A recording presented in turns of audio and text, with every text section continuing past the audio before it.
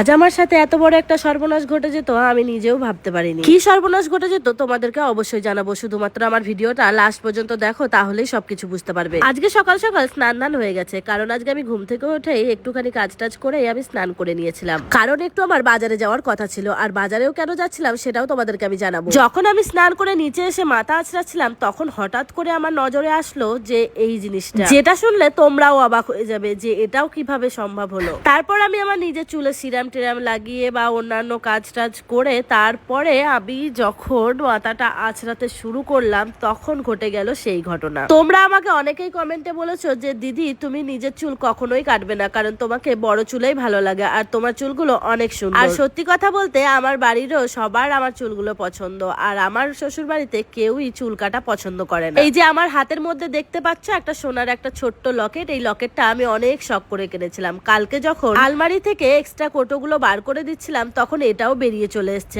আমি দেখতেও পাইনি। আজকে সকালবেলা ঘর দুবার করে ঝাড় দেওয়া হয়েছে, তাও কারো চোখে পড়েনি। সোনার জিনিস হারিয়ে গেলে নাকি খুব অঘটন ঘটে যায়, আর সেই জিনিস যদি পাওয়া যায় সেই অঘটনের হাত থেকে অনেকটাই রক্ষা পাওয়া যায়। কিন্তু সত্যি কথা বলতে আমি জানতামও না যে ওটা আমার হারিয়ে গেছে, কারণ আমি এক্সট্রা যেগুলো খালি কোটো কাটি ছিল সেগুলোই আমি আমার শোকেস থেকে বার করছি। আর বার করার পরে সেগুলো নিয়ে যখন আমার ছেলে খেলতে শুরু করে, তখন আমি দেখি যে আলমারির একদম নিচে ওই ছোট্ট লকেটটা পড়ে আছে। এখনকার দিনে একটা ছোট্ট যদি নোজপিনও হারিয়ে যায়, তাও মনে হয় যে কত টাকার জিনিস হারিয়ে গেল, কারণ এখন সোনার দাম যেমন আকাশ ছোঁয়া হচ্ছে, তখন একটা সোনার জিনিস কেনা তো দূরে থাক, হারিয়ে গেলে তো মাথায় হাত, তাই না? জানি না এই সোনার দাম কেন এত বেড়ে গেল, যদি কেউ জানো অবশ্যই একটু কমেন্টে জানিয়ে। এখন হয়তো অনেকেরই সোনা কেনার ইচ্ছা থাকলেও অনেকেই কিনছো না, কারণ এত দাম বেড়ে গেলে সত্যি কেনা সম্ভব না। দেখো তোমাদের সঙ্গে কথা বলতে বলতে আমার মাথাটাও প্রায় আঁচড়ানো হয়ে গেল। আঁচড়ে তারপরে আমি সিঁদুরটা পরে নিলাম, আর সিঁদুরটা পরার পরে আমি যেটা খাচ্ছি সেটা নিয়ে অনেকেরই প্রশ্ন আছে, সেটা হলো চিয়া সিড। চিয়া সিড খাওয়া সত্যি অনেক ভালো,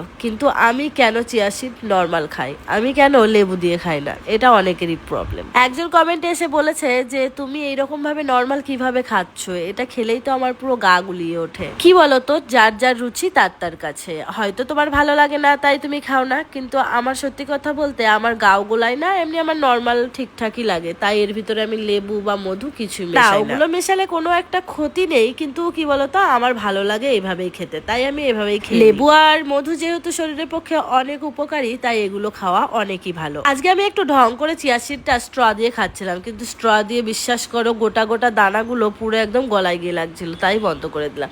তাই যেরকম ভাবে রোজ রোজ খাই সেরকম ভাবে খেয়ে। চিয়া সিড যে শুধু শরীরে মেদ কমায় এরকম ব্যাপারটা না, এর অনেকই গুণাবলী আছে, সেগুলো হয়তো তোমরা অনেকেই জানো। চিয়া সিড খেয়ে গায়ে একটুখানি সানস্ক্রিন মেখে নিলাম, কারণ সানস্ক্রিন ছাড়া এখন বাইরে বেরোলেই এত পরিমাণে রোদ্র যে কোনো কিছুতেই আর বাধা মানছে না। এখন যেহেতু বসন্তকালে এত পরিমাণ রোদ, তাহলে ভাবতেই পারছো যে গ্রীষ্মকালে কি হতে চলেছে আমাদের সাথে। যাই হোক, আমার যেহেতু আমার নিজস্ব কাজগুলো সব কমপ্লিট হয়ে গেল, তাই ভাবলাম কি বিছানাটা একবারে গুছিয়ে রেখে দিয়ে যায়। আর যেহেতু বাড়ির বাইরে যাচ্ছিলাম, তাই বাসি কিছু রেখে যেতেও ইচ্ছা করছিল না। আর দেখলাম বিছানাতে কেউ নেই, আর আমিও রেডি হয়ে গেছি, একটুখানি হাতে টাইমও ছিল, তাই তাড়াহুড়ো করে বিছানাটা গুছিয়ে রেখে দিয়ে গেলাম। তারপরেই মনে পড়লো যে আমি তো আমার সোনার গয়নাটা আলমারিতে রাখতেই ভুলে গেছি, তাই আলমারির লকারটা খুলে সেখানে আবার গয়নাটা গুছিয়ে ভালো মতো রেখে দিয়ে তারপরে বাড়ি থেকে বেরোলাম। আর বাড়ি থেকে বেরোনোর সময় আমার ননদ চলে এসেছে, আর ওর মনটাও অনেক খারাপ, কারণ হচ্ছে ও দুদিন পরেই চলে যাবে। হ্যাঁ, আমার ননদ আমাদের সঙ্গে অনেক দিনই আছে, প্রায় ধরো 2 মাস। আমার ননদ যে আমাদের সঙ্গে আছে এটা নিয়েও অনেকেরই প্রবলেম, যার প্রবলেম তার কাছে, আমাদের তো কোনো প্রবলেম নেই। যাই হোক, আর আমি যখন বাড়ি থেকে বেরোচ্ছিলাম তখন দেখলাম কি আমার কাছে 20 টাকায় পড়ে আছে, আর কোনো টাকা নেই, তাই ভাবলাম কি বাড়ি